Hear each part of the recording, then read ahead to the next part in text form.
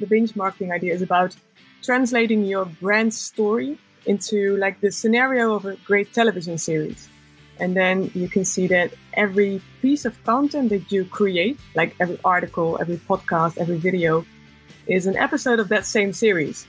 It's not only one piece of content, it's not only one episode, it's about creating this great storyline where multiple episodes will keep building your audience, but also keep getting them back.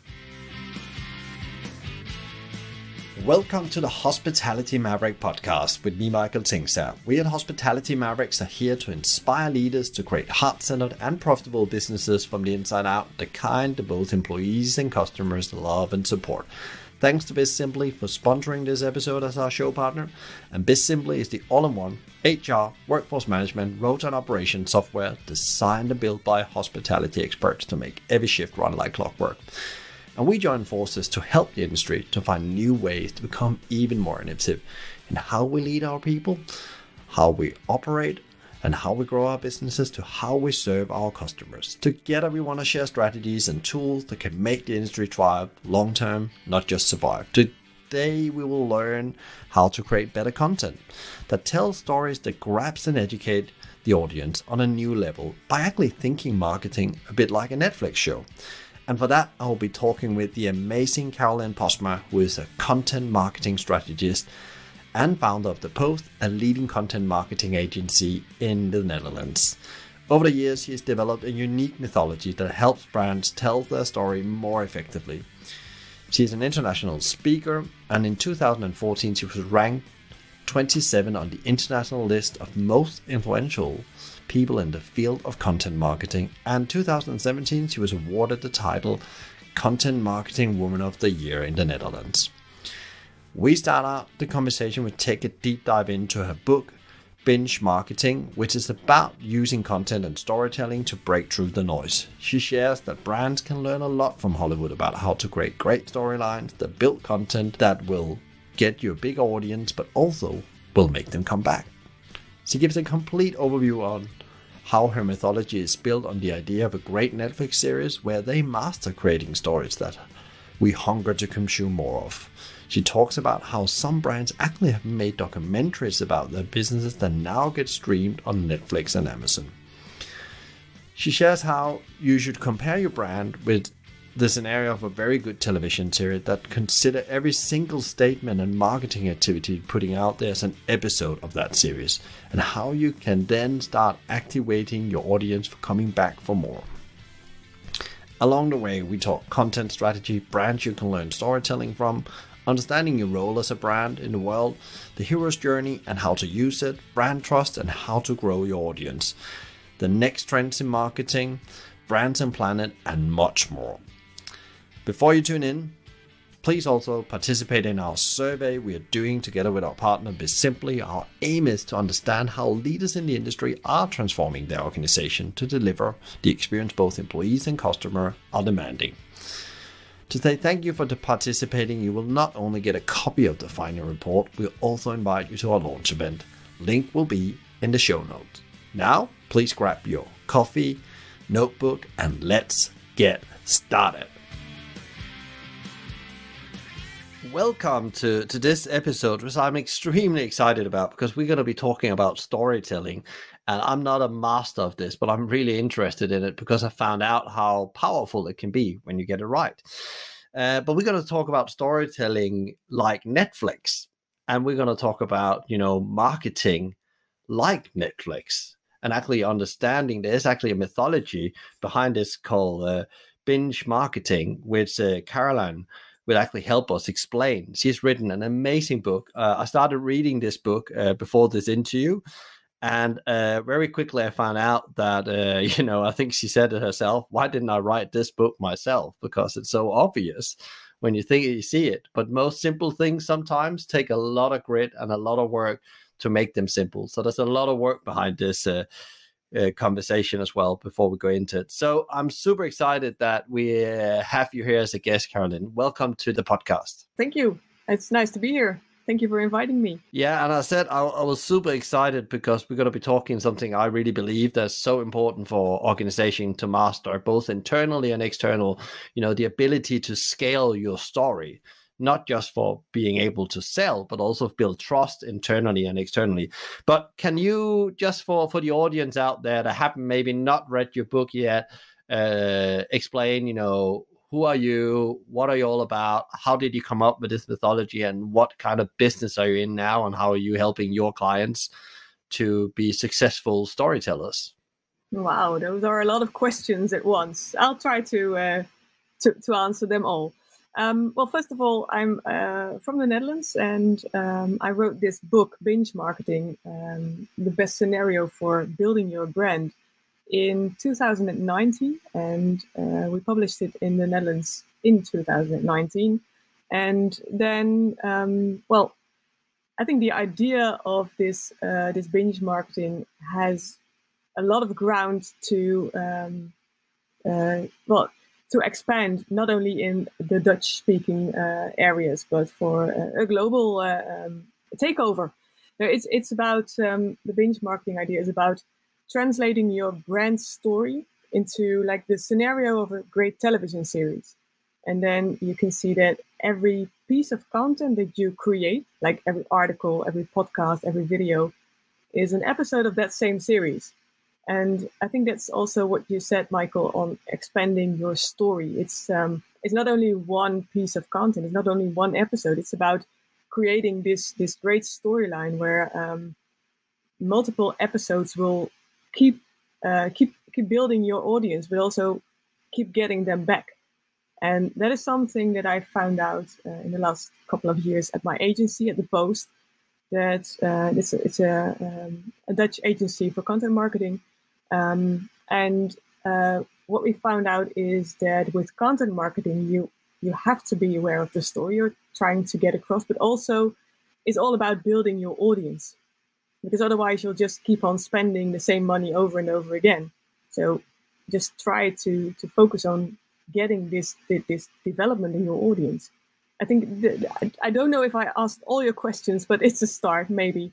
Yeah, and I think there's a question I'm thinking about. So when you work with clients, what are the typical challenges they have, and what kind of impact does it then do on their their storytelling or their content and their business when you start working with them with this mythology? Most of the time, people have already read something about this binge marketing, and the problem they are all seeing is that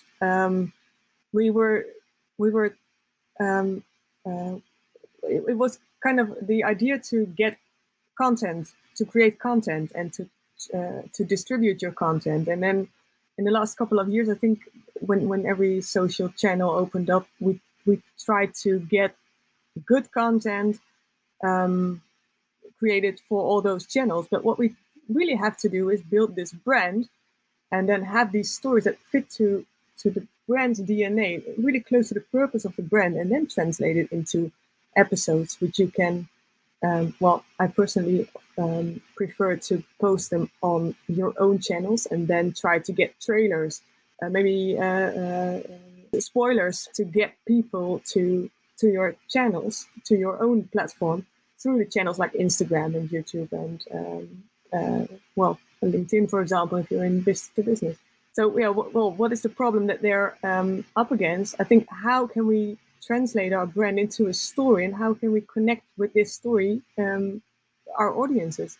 Yeah, and I guess also that as we've gone through the pandemic, as we just we're probably not out of it yet.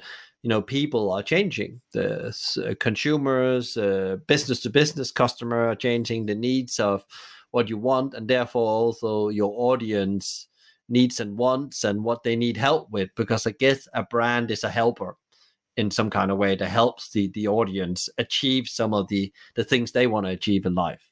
Yeah, I hope so.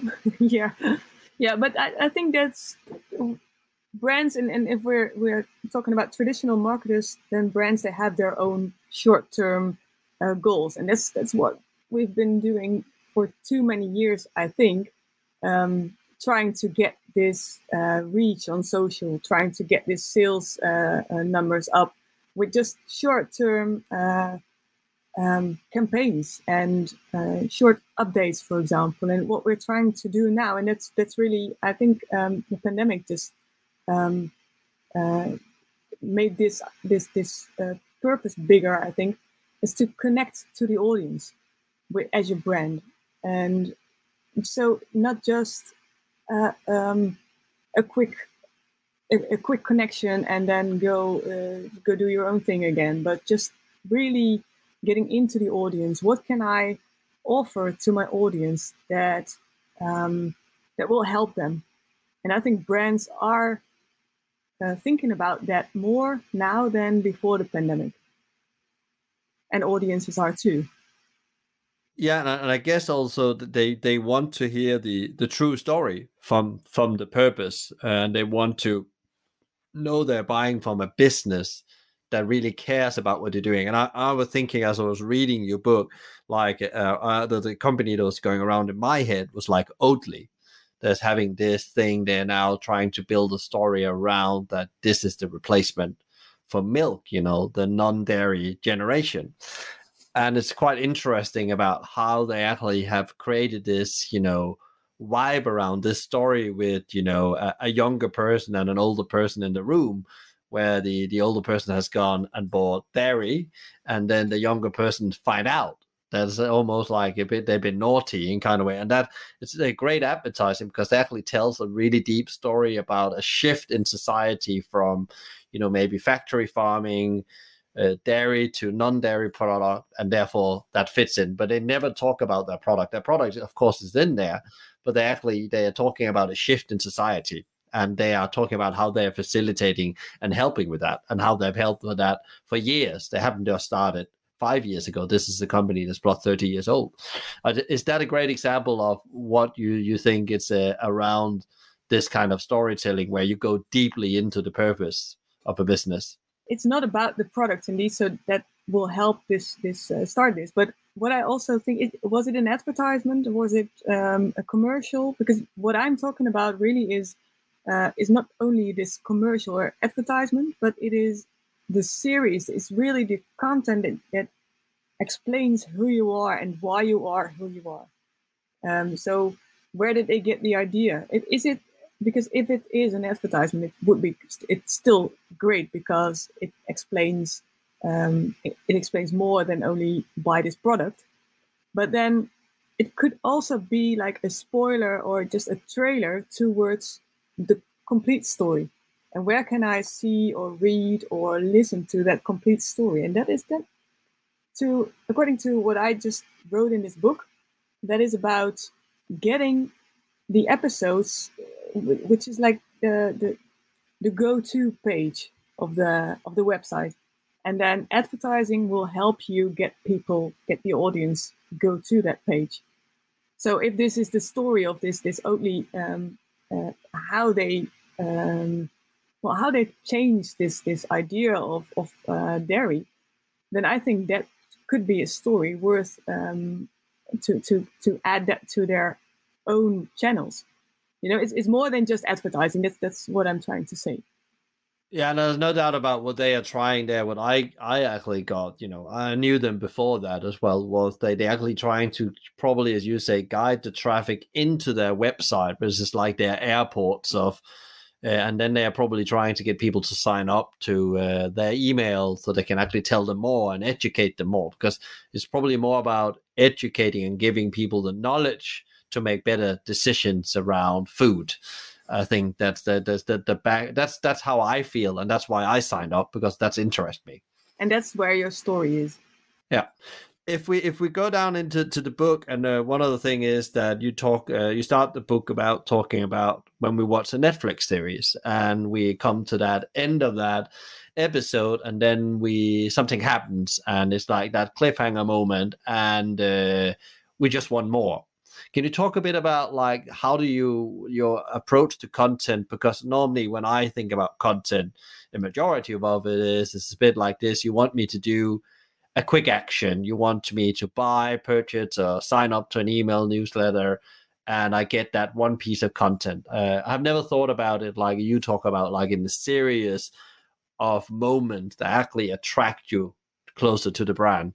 Can you talk a bit about that, how that work in from a Netflix series? People can visualize that, but maybe you take people a bit on a journey here and explain how you explain that in the book, or in the 4 parts of the book. This is actually the eureka moment that I thought, well, I think there's more to this whole Netflix streaming series consumption than we as marketers know, because I also wrote that in my book, I was watching a series on Netflix once upon a time with my 2 girls, and well, every time we watched, we agreed, after this episode, you're going to bed.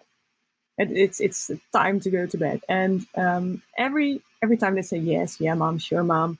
But every evening we had an argument, and so that's when it occurred to me, from why is it that we cannot stop watching these episodes? Because it's that cliffhanger at the end of the episode that tells us the story's not finished. We need to know how it ends.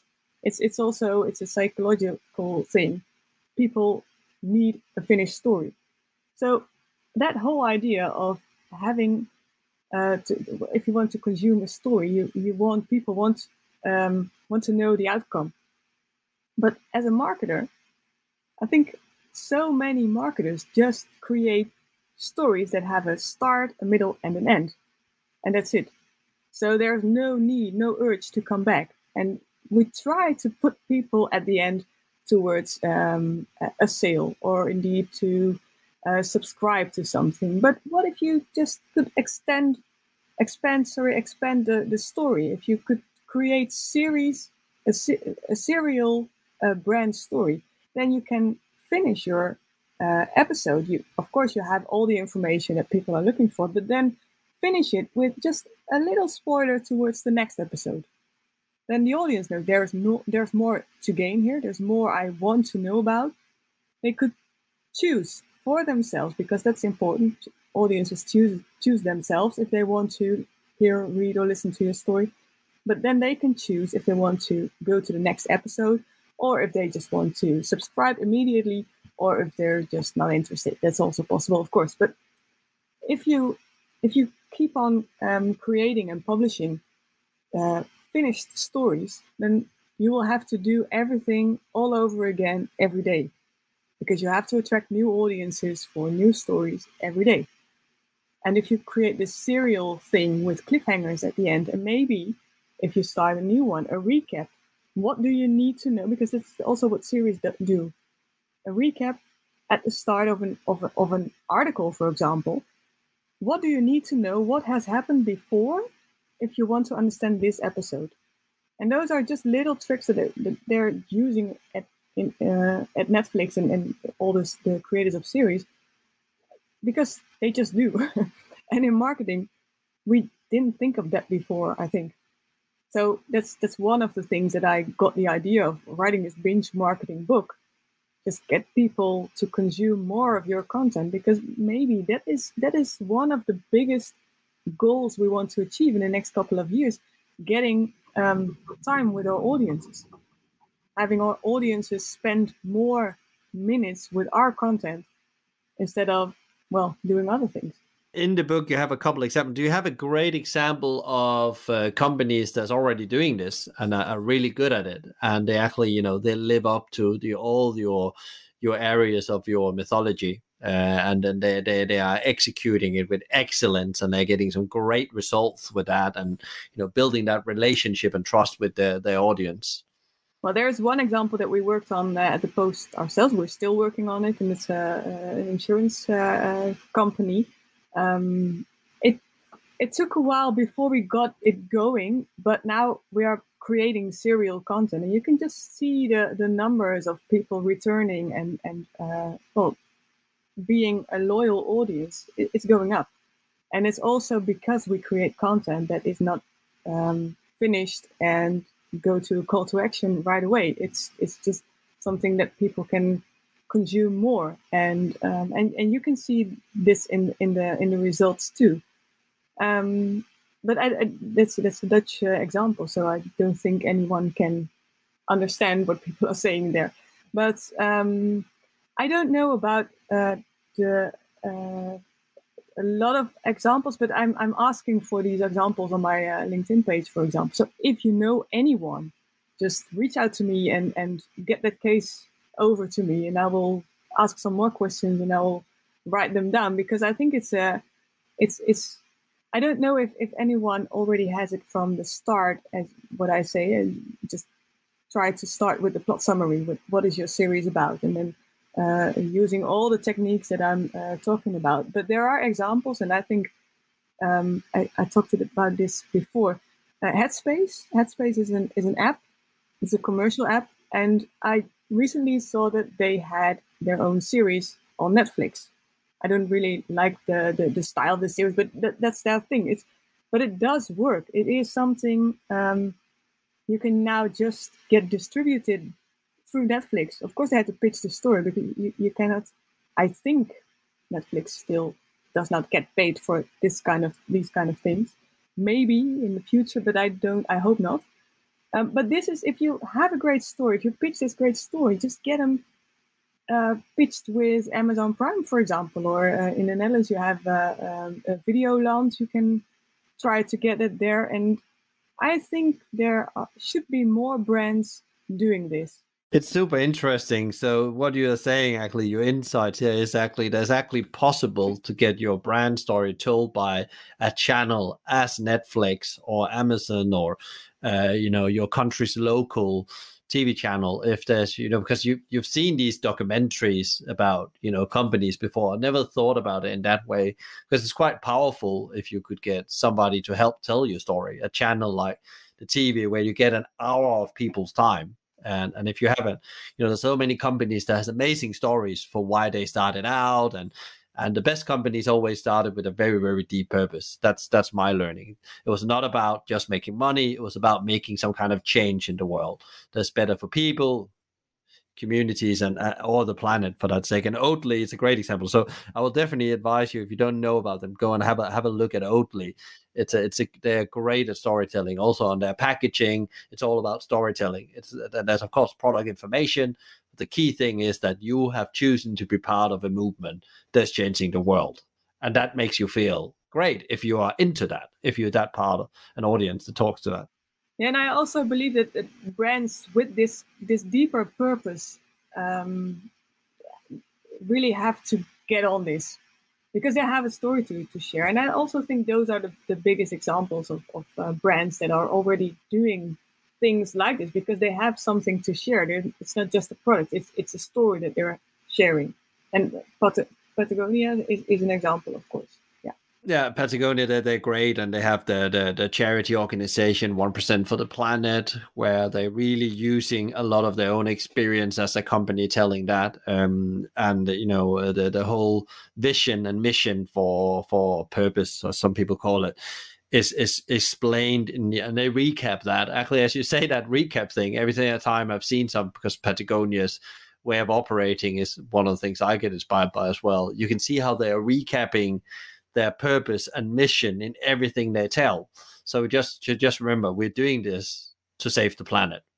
That's why we're doing this, and this is why we go the extra mile, and this is why things cost what they cost, because we don't damage the planet. And so people are reminded every time about they actually, by buying from Patagonia, you are supporting that mission in principle. So that's really interesting. And another company I'm thinking about straight away here in the UK, and which is very interesting, people should go and look at as well. I don't know if you heard about this, called Hyatt Jeans. So they're a jeans manufacturer out in Wales, and they started doing jeans because Marks and Spencer's, a massive retailer in the UK, shut down the jeans production in this little town in Cardigan, Wales, which means a lot of people lost their job. So their mission became getting jobs back. And they talk about every year in their yearbook, which is a bit like their storytelling book, how they've actually moved closer to create more jobs.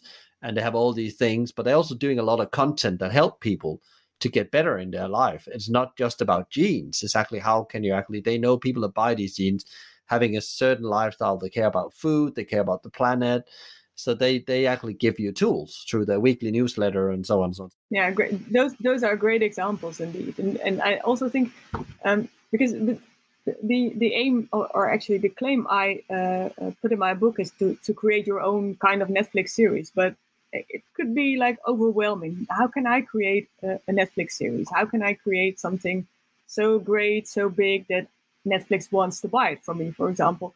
And I understand because that goal is really high, but for this example, what you just shared, I think there are a lot of companies that could share kind of the same mission, and maybe you can work with them. And in my book, I call this example from Marvel. And Marvel, it's Marvel has this Marvel Cinematic Universe, and this one domain. It's one universe where every hero, and I call it brand actually, because Thor is a brand, Iron Man is a brand, and the Avengers are also a brand, and they operate in the same universe.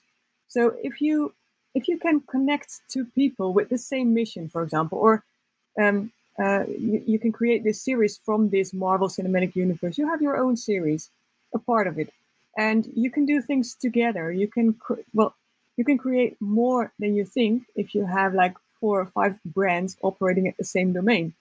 And you don't have to be competitors. You can also have the same claim as I think what you just said. It's not about jeans alone. It's about creating a better world, actually. And the product is just the activation of that to start that conversation and live the mission as part of living that mission and purpose. You talk in the book, there's, as I said at the beginning, there's a lot around storytelling, and then you refer to a model I know really well, Joseph Campbell's hero's journey. Can you explain people a bit about that and actually how that works, both for the audience but also for you, because there's 2 different journeys going on. Your audience is one, and you are one journey as a company brand. It's good that you picked that out, because that is actually, it's quite a difficult thing to explain, because the hero's journey is used in Hollywood for decades already. And I think it was with Star Wars, it was the first, George Lucas was the first to admitted to use this hero's journey. And the hero's journey is like a 12-step model where every hero in a movie goes through. And it always starts with an ordinary world, nothing going on. The hero lives his life. There's really not much going on. For example, Frodo from Lord of the Rings lives in his little hobbit land, cheering with friends. But then in every story, there's a call to adventure. Something happens. In this case, Gandalf comes and he has to destroy the ring because there's danger ahead. But then Frodo doesn't want to go on this journey. There's a resistance of the call, they call it. That's step 3 already. And this resistance of the call is in every movie. But, well, if he doesn't destroy the ring, his ordinary world won't be the same anyway. So he has to do something with this assignment he was given. And then there's always a kind of a mentor, someone that helps the hero get through get across the threshold, to go on this journey, to fight the demons, to go on this adventure and find out all new things. And I'm going quite quick here now, but then he gets, he learns a lot of things, meets new friends, fights enemies, and then he grows up with more knowledge and wisdom than when he started the journey. And that's a format that's a proven format if you want to do your storytelling right. Follow this journey, and you can switch from steps, of course. But this is this hero's journey is based on fairy tales, religious stories, ancient stories. Everything is based on this journey because people tend to understand what it's about, and they feel with this hero in this journey. So you can use this to do your own storytelling. But then I found out that this whole hero's journey is not only about your own storytelling, about telling the story of your brand, but it can also be applied to your audience. And you only have to think about your audience as the hero in his own journey. And then and that's the first step, and we really have to think about that very well, because what is the ordinary world of your audience? What is it doing at the moment that you as a brand are not relevant yet, but can be in the future, in the near future? So this ordinary world of your audience is like the description of what's it doing while I'm not interested yet. Because you have to be aware of the fact that you can have all your budget added to your campaigns, but if your audience is just living their lives, they're just not waiting for your content. They're just not. So you have to be aware of that. But if you know what it's doing in that domain, in that area where you're not yet relevant, but can be in the near future, and then this near future is about the call to adventure.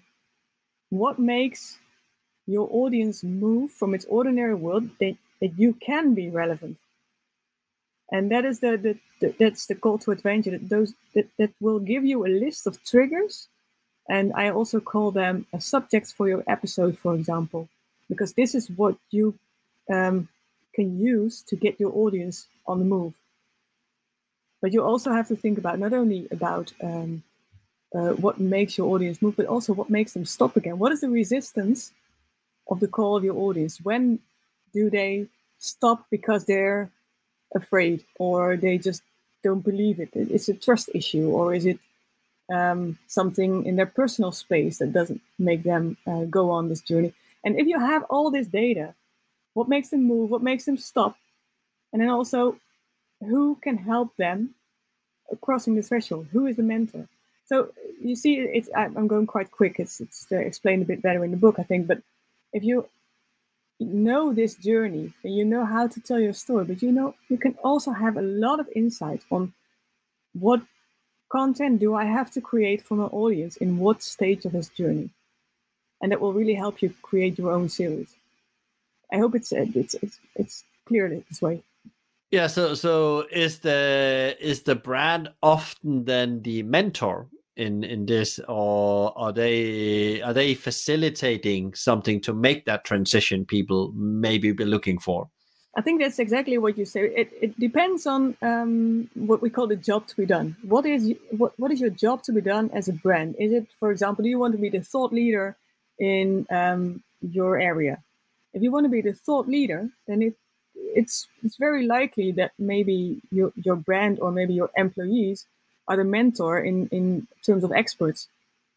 But if it's a brand, for example, consumer brand, and they need a bigger audience, if that is your job to be done, then maybe it's better to have influencers as a mentor. Influencers with large audiences, for example.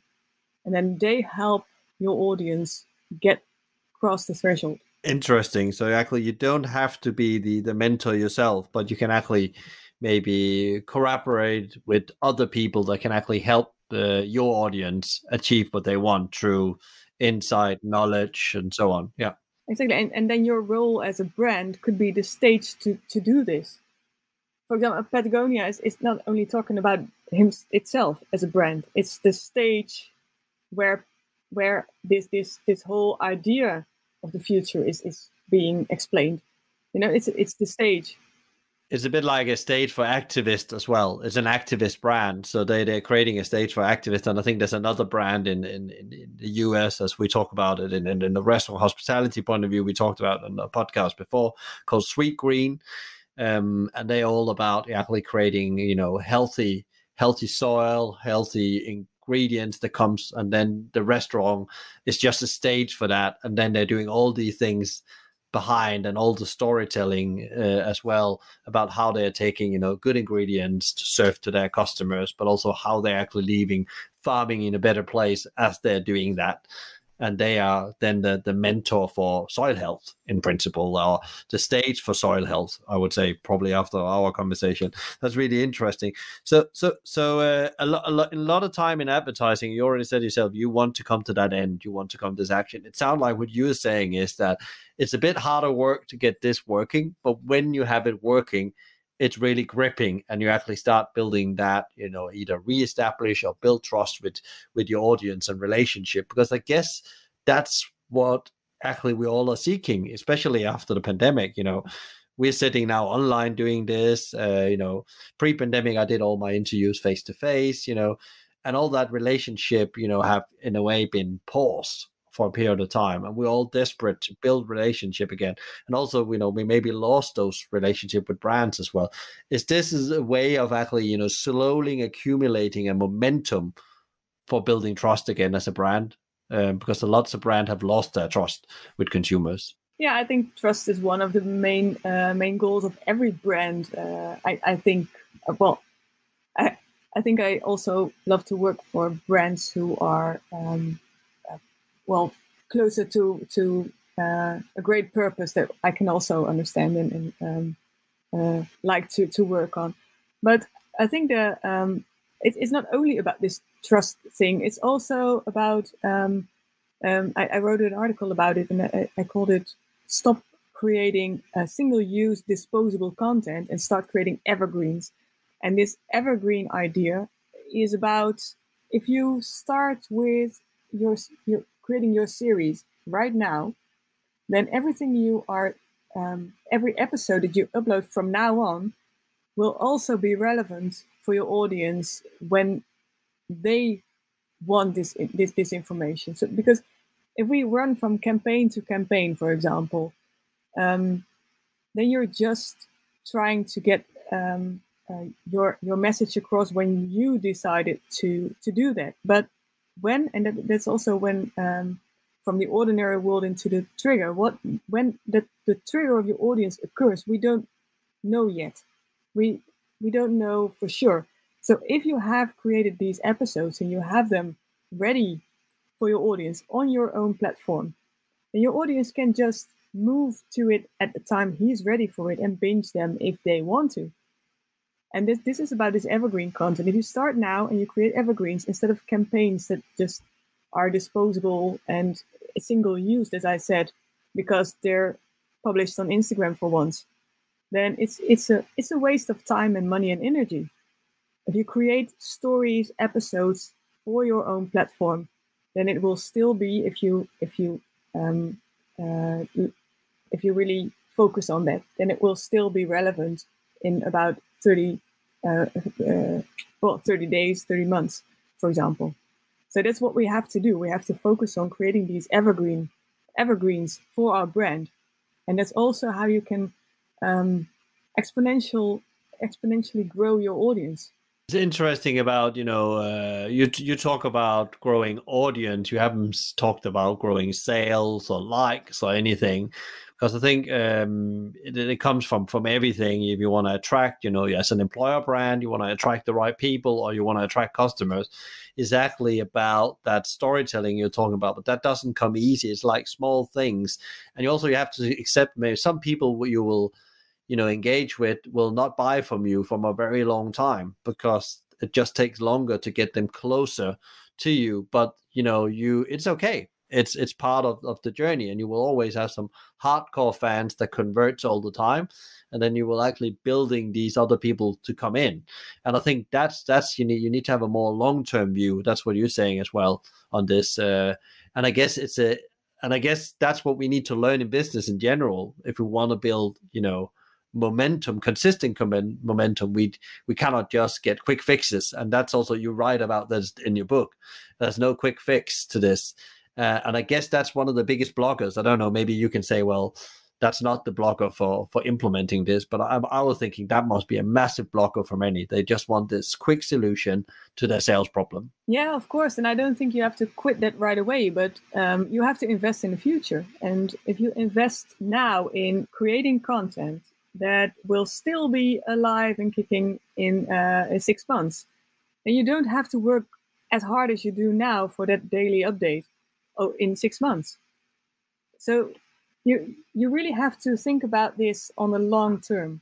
And still, I also need sales. There are short-term things we need to sell. That's I think that's for everybody. That's the same thing. But if I would not be explaining this whole binge marketing thing in podcasts, in videos, in online courses and stuff, then the only thing I can share then is buy the book, buy my course, buy this, you won't be interested. So, and now I can elaborate on what I mean and how to do it. And I can really teach you along the way. And maybe at the end of well, maybe you have to consume 3 or more episodes of this. And then at the end of this consuming of content, then maybe you'll buy from me. But if you buy from me, then it might be possible that you buy from me more than once, because we have a connection already. We are in a relationship. Yeah, that's interesting, because you're actually building, you're building relationships, as you also talk about in the book, and there's no shortcuts to do that. Every relationship take different time depending on worldviews and all those things. Really super interesting. So as you went out on your advertising career, building your business, is there like anything you would have liked to know? Because you built this incredible mythology now, but I guess that was not like, you didn't wake up one day, this is my calling, I'm going to build my business around that. Is there anything you would have liked to know at that point that you have, mistakes you made again and again, that's good for any other business person, marketeer to know? Well, that's interesting, because I don't know if I can say that, but I do not really believe in failures. Because when if you pronounce something, if you point something out as a failure, then I don't think you would have started it already, because you always point it out as a failure afterwards. But I don't think I do that, because it's more like an experience. Of course, I would have done things different, but I think it's the experience that made me realize that I would have done things different if I would have known it before. But since we don't, I think it's more like getting more and more experience. And it's also the same thing, I still work with the agency that I founded in 2012 in the Netherlands, but I sold it last year to really be able to work with international great minds, and with this whole binge marketing idea, to interview people and to get this on a global map. So I sold my company, and I think that's it was never my purpose. Just what you said, I never woke up with the idea I want to have an agency with 30 people. That was what my career gave me, I think, and I learned so much from it. Also, the way that I would like to perform in a professional way. How do I work with colleagues, if they're employees? So people always ask, why I sold my company, but I never really sold it, because it's still part of me, and everything good I still do, and everything I do not like, I can leave to to the new management. So yeah, it's I think it's experience that makes my future more clear. I think that's really interesting, because I agree, your failures or your mistakes is not only mistakes if you don't grow from them, and it actually doesn't take you on that experience to the next level. That's really interesting. I like the idea about it. It's part of your purpose as well, that you're taking a transition into a new role. You want to explain this mythology, which I haven't read anywhere else when I was reading your book. And I can really see challenger brands, which we love to work with, could use a lot of this insights, and you're now taking it to a global perspective. In that journey, who has been in your career, because it's always interesting when you ask, you're an entrepreneur yourself, and you're also a thought leader, who has been really influential to you? Is there like some people you met on that journey? You read a book. What is it that actually had these moments of pivoting in your life? Yeah, I think, well, first, of course, I it's my husband. My husband and I, because there are so many routes you can take in your when you're growing up. But my husband's a musician, and I think the thing is that we both we are two individuals in a marriage. You understand?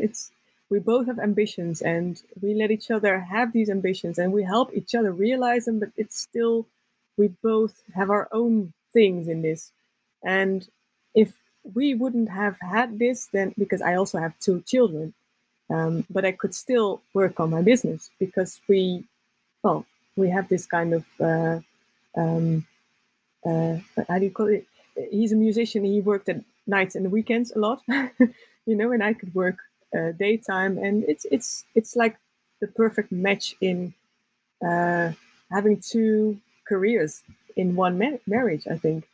And I think that's one of the things that really made this possible for me. And of course, I think everyone in content marketing, and I cannot not name Joe Polizzi and Robert Rose, because they were starting this whole content marketing idea already in 2007 and onwards from there. I read a lot of that. And because they shared it on this Content Marketing Institute, I was able to get that information and build from there. Because in the Netherlands, there was no content marketing. I think in 2012, when I started the Post, I know because I did some research, the search volume on content marketing was 1 in 2012. So it did not exist. So I really had to start this. But I also I did already have my agency, so I could educate my own clients into content marketing. But that's also because this was shared by the Content Marketing Institute. So those 2 people are also really influential.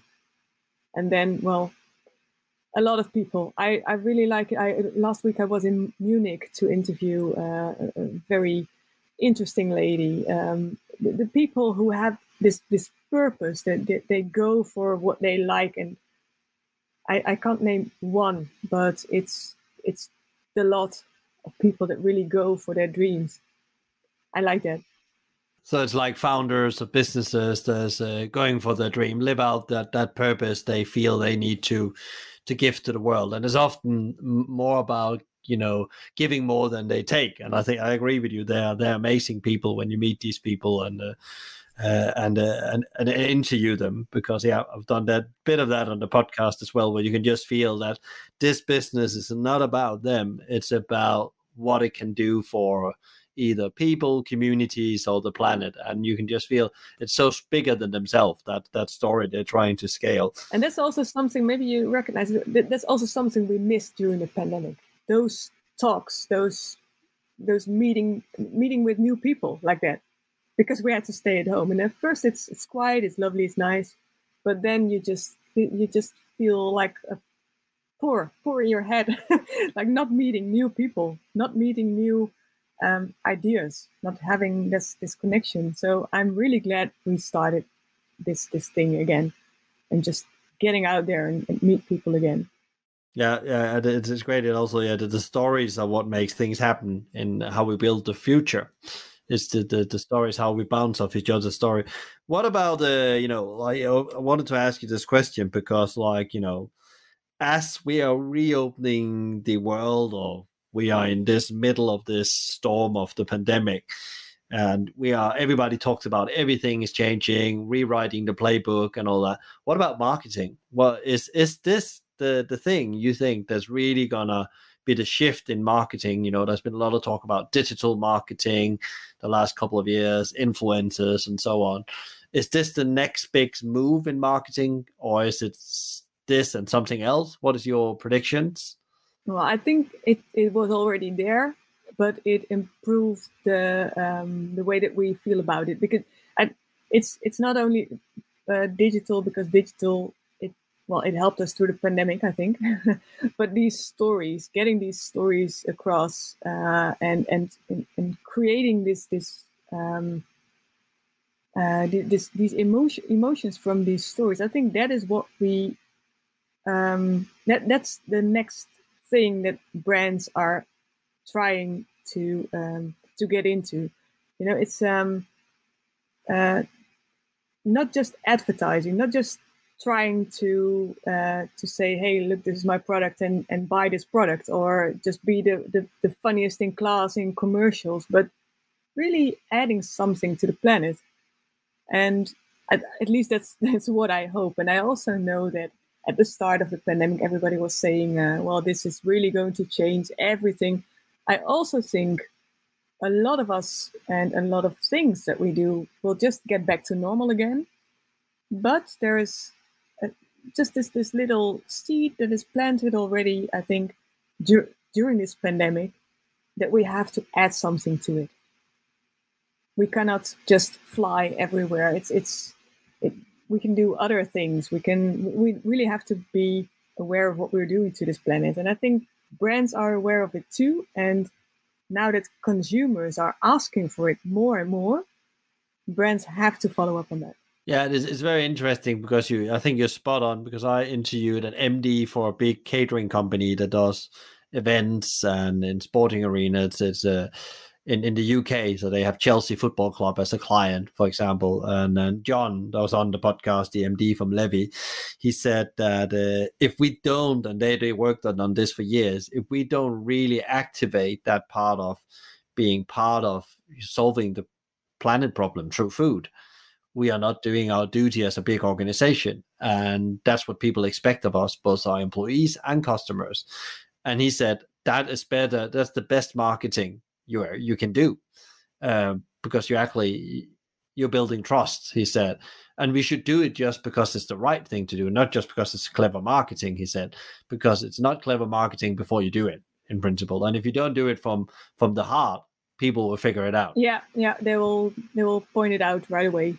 It should be really close to the heart and really purpose-driven from the brand itself, and not just another marketing trick.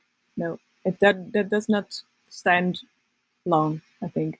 Great. So we're getting to the end here, but I always want to ask people this in the moment, how I call it show up pro, but what I mean actually, how do you actually make sure that you as a business owner, entrepreneur, thought leader shows up every day and give your best? And what is your secret? Because we all have our own ways of, getting the best out of ourselves.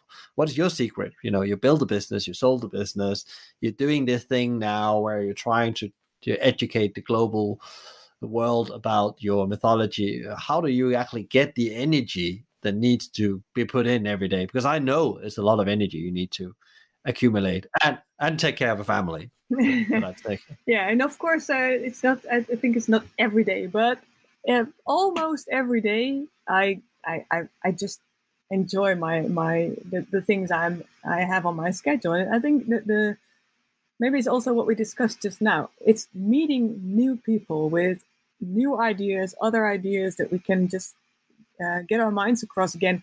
That helps me. That helps me get the energy to move on. As I said, I went to Munich last week to interview someone who was a board member at a huge advertising agency and just quit her job from one day to another to join a foundation to put her creativity to work for a better future. And those are the things I can't have enough of those stories, because it's just such a source of inspiration. And not only for me, but also if I write those stories down, it could be an inspiration for others as well. So having scheduled all those interviews, and maybe you have the same thing with your podcast, of course, you interview people you didn't know before. So that is what gets me, what gets me this energy that I need to do all the things I do. Yeah, I have some things I do. I have some habits about, I do a bit of meditation. I'm very aware about my sleep and what I eat and exercise. But actually the main thing that really makes me continue is these conversations. And you're absolutely spot on, because it's not about what I learned, but that's my opportunity to give back to something and actually share those stories, because that's people learn something from it. And that's I didn't know that when I started the podcast. There was somebody that said I had to try doing this, and I was just meeting randomly people, and it was not about trying to scale stories, and I hadn't even thought about if I could sell anything by it, and it was just like totally accidental. And then I found out actually it gave me so much that actually I can't stop, because where I'm going to get that from, how I'm going to meet these people, these new people, as you say, Because if you meet the same people all the time, your brain or your capacity is not expanding. So it's quite funny you said that. What is the last question I always ask people on the show is that what are your top 3 advice to leaders out there? And there's no doubt about, we might take it from the, giving more than you take kind of angle. It's up to you. But like, how do we actually, how do we take your ideas and actually make the world a better place? Yeah, well, I think the first, well, of course, if you want to make the world a better place, you have to go to the purpose first. But I just go from there. I expect you have your purpose, you have your story, you have something you want to share because you believe in it. And if you do, then start with translating this story, this brand story, into the scenario of a television series. And that's metaphorically speaking, because you don't have to create all videos. But what if I could ask you, what is your brand? What if your brand was a television series? What would it be about? What am I going to watch, or what am I going to listen to? And I think that's something you can already start thinking about tomorrow. If your brand was a television series, what am I watching? And I also am very much aware of the resistance, because I also did my own audience journey, of course. And this is the second advice, I think. We all think we don't have time, we don't have the budget to do this thing, to do this binge marketing, to create multiple episodes. But you do have goals. So focus on the goals and look ahead. Maybe a year from now, maybe 2 years from now. What do you want to achieve by then? Then you have to stop creating single-use, disposable content for tomorrow. And you have to invest in this evergreen content. And you can still share your updates for your socials tomorrow if you need this sales thing by the end of the week, for example. But also build this evergreen series at the back after this sales pitch, because that's something you will gain from over the months and over the years. So if you have your goals, just look ahead, and I think then everything is achievable. But also, I'm very much aware of that too, because I compare this brand story to a Netflix series, and I also know that we don't have the budget or the stories even like Queen's Gambit or Stranger Things. But what if you only took 2% of what they did and put it into your own content marketing and your own binge marketing series? Then I think you're already doing so much better than a lot of us are doing right now. So I hope this will give you something to start with tomorrow. That's great advice. And where can people find out more about you, binge marketing? Where should they go if they think, okay, this is interesting, I want to know some more? They can get the book, of course. That's one way. But where else? Which platforms should they go to? Well, the best way, the quickest way is to go to carlijnpostma.com. And if you don't know how to spell this, then you will also end up there by bingemarketing.eu. There you can find my blog articles. You can find a free pilot for an online course. Also the book. I've got a workbook you can follow up on. And a podcast series I just started. Also interesting, maybe. So that's the platform you can find all my episodes. And if you really want to have help with your strategy and with creation of your content, you can go to thepost.nl. And I hope it's in English already. But my team can really help you out on with strategy. And of course, if you want me to join, I will. Great. Thank you so much, Carlijn. Thank you for coming and telling your story, your mythology, your insights about, storytelling, but also how actually the importance of evergreen content as we go forward, building the trust and the relationship with people out there. I send you and everybody that's involved around you all the power and energy you need as we move forward through the world as it is right now. And I'm sure that we will be connecting around this subject in the near future as well, because I think this is going to be so relevant, not just from a sales point of view, but also how you are going to attract people to your business and so on. So thank you so much. Great. Thank you. Thank you for having me. It was nice. Thank you so much, Carlijn, for your amazing insight in how to tell better stories as a brand and how you build a larger audience and make them come back for more. And if you want to learn more about how to build better brands and tell better stories, please also check out episode 55, The Future is for Brands That Cares, with Katie Moses, who's the founder, manager, and director at Cam Media. And if you enjoyed today's conversation, please share, rate, review, or subscribe to one of our channels. Together with BizSimply, we are right now conducting a survey with the aim to collect best practice on how leaders in the industry are transforming their organization so they can deliver the experience both employees and customers are demanding. Please participate via the link in the show notes. A big thank you to BizSimply for supporting us, bringing great insights, strategies, and tools to help the industry thrive, not just survive. Check them out at bizsimply.com or on their social at BizSimply or at BizSimplyHQ. You can also email them directly at advice@bizsimply.com. A big thank you to Fina Charlton, who's the show producer and editor from the Podcast Collective. Tune in next time for another interview, and in the meantime, find out more about us and subscribe to the community and download free leadership tools at hospitalitymavericks.com. And don't worry, if you didn't get all of this, there will be links in the show notes. Thank you, and be Maverick.